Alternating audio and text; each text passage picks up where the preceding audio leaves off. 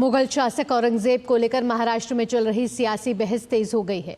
शिवसेना उद्धव ठाकरे गुट के नेता संजय राउत ने महाराष्ट्र सरकार के कार्यकाल को औरंगजेब से तुलना की है। इस बयान ने राज्य की राजनीति में जुबानी जंग तेज हो गई है और सत्ता पक्ष के दलों ने भी इस पर पलटवार किया है।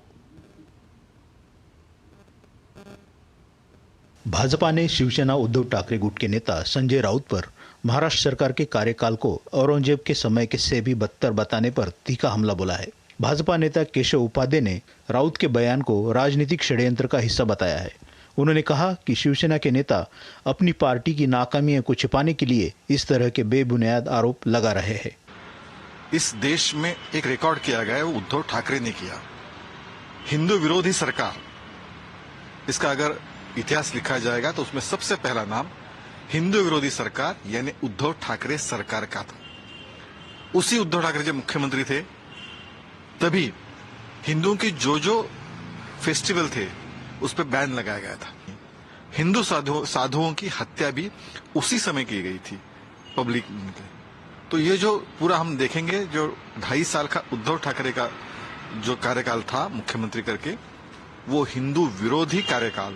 इसलिए उद्धव ठाकरे ये हिंदू विरोधी मुख्यमंत्री है, ये भूल गए शायद संजय राउत। भाजपा नेता कृष्णा हेगड़े ने संजय राउत के बयान की कड़ी निंदा की है। उन्होंने कहा कि महायुति सरकार राज्य के 13 करोड़ लोगों के आशीर्वाद से बनी है। महाराष्ट्र में भारतीय जनता पार्टी, शिवसेना और राष्ट्रवादी कांग्रेस की महायुति की सरकार महाराष्ट्र के 13 करोड़ जनता के आशीर्वाद से बनी है। और अगर संजय राउत जी उनके 13 करोड़ जनता के समझदारी पर, उनके विवेक पर प्रश्न चिन्ह लगाते हैं तो मुझे लगता है कि महाराष्ट्र की जनता उनको कभी माफ नहीं करेगी।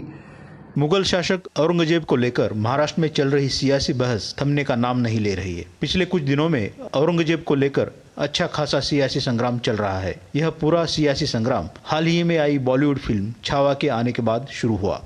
शिशिर शेलार की रिपोर्ट, डीडी न्यूज, मुंबई।